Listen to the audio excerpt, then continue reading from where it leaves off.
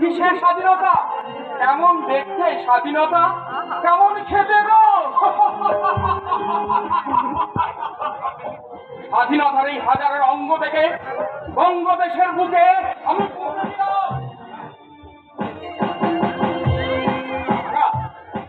জাতীয় পতাকা নয়, স্বাধীনতাকে আমি পুঁতে দিলাম। কারণ কারণ অত আর বেঁচে নেই মতকর্মী ধনীদের লোকার বন্দী হয়ে নেতা মন্ত্রী আমলাদের ক্ষমতার গন্ধে পুলিশ প্রশাসনের দুর্নীতির চাপে পড়ে স্বাধীনতা মারা গেছে। এবার তুইও মরবি রে পাগলা, যা বাড়াবাড়ি তুই শুরু করেছিস। এতে আর বাড়াবাড়ি কি দেখলেন বাবু? আপনার সারা শরীরে তো সততার চিহ্ন অসত্যত্ব, তবু যদি আপনার গায়ে লাগে পাগলা না, আমি পাগলা নই, আমি সত্য ন্যায় ধর্মের বাহক বাবু।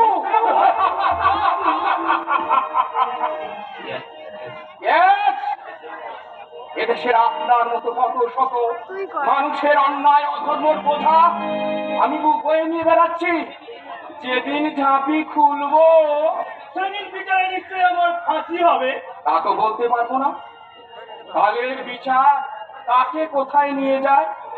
তবে এটুকু খেয়াল রাখবেন, দিন আসিতেছে শুভ দিন, বাড়ি আছে দিনে দিনে ঋণ সুবিধে হইবে ঋণ। ও তোর বিচারে নিশ্চয়ই আমার ফাঁসি হবে। সেই সাজা মৃত্যুর যে কিছু বেশি নয়, তাহলে পাপের পরিমাণটা একটু বাড়িয়ে নি। তোকে মেরে লাশ বাড়িয়ে বাবু মর্গে না শ্মশানে এ কথা বলছেন কেন? আমরা রাস্তার পাগল ভিখারি আর অসহায় মানুষদের উপরে খবরদারি করে ক্ষমতার জাহির করি। মশানকে কামান দিকে বুঝিয়ে দেন আপনারা পুলিশের স্তম্ভ শাসক বাহিনী। মিথ্যে কথা না, মিথ্যে নয়। সামান্য মোটর সাইকেল চালকদের উপরে অযথা হেনস্থা করে ঘুষের বন্যা বইয়ে 5 টাকার চোর ধরতে আপনারা 50 জন পুলিশ নিয়োগ করেন। প্রকাশ্য দিনের বেলায়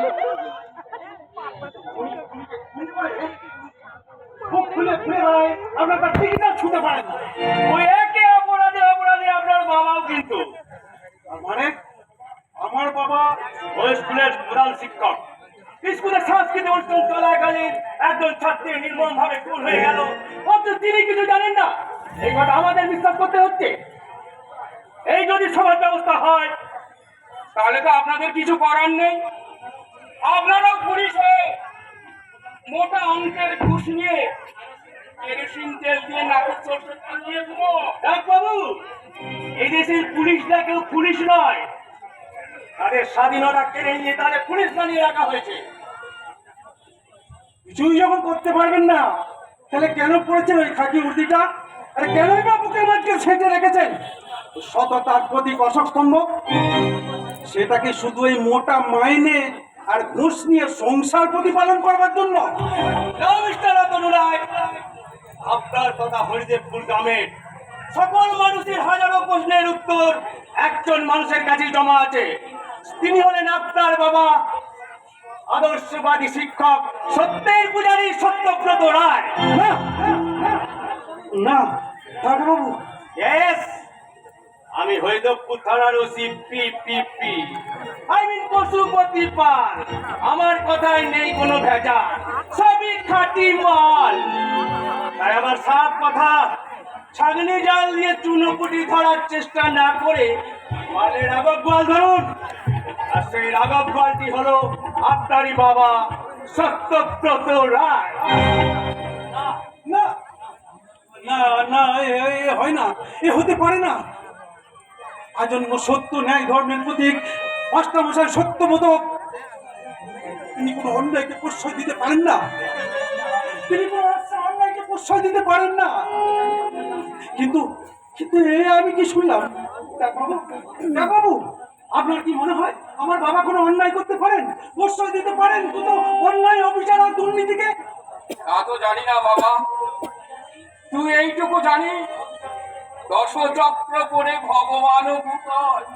তোমার বাবারও যে অবস্থা হয়নি তা কে বলতে পারে? এমনও তো হতে পারে অপরাধী তার নিজের অপরাধ ঢাকার জন্য তোমার বাবাকে ঢাল হিসেবে ব্যবহার করেছে। তাই যদি হয় তাহলে এখন আমি কি করব? কেমন করে উদ্ঘাটন করবো প্রকৃত সত্য? আর কি করে রক্ষা করবো মিথ্যার মনোকে অপরাধী সঙ্গে আমার বাবাকে? জানি এ বড় কঠিন কাজ, কিন্তু সেই অসাধ্য সাধন করে তোমাকেই তো প্রমাণ করতে হবে যে মাস্টার মশাই নির্দোষ। ডাকবাবু, ডাকবাবু, ডাকবাবু। জ্ঞান হওয়ার পর থেকেই সত্যের প্রতীক বাবাকে আমি দেখেছি, তার আদর্শে মানুষ হয়েছি। সত্য ন্যায় ধর্মের বাণী কণ্ঠে নিয়ে বাবা হয়ে উঠতে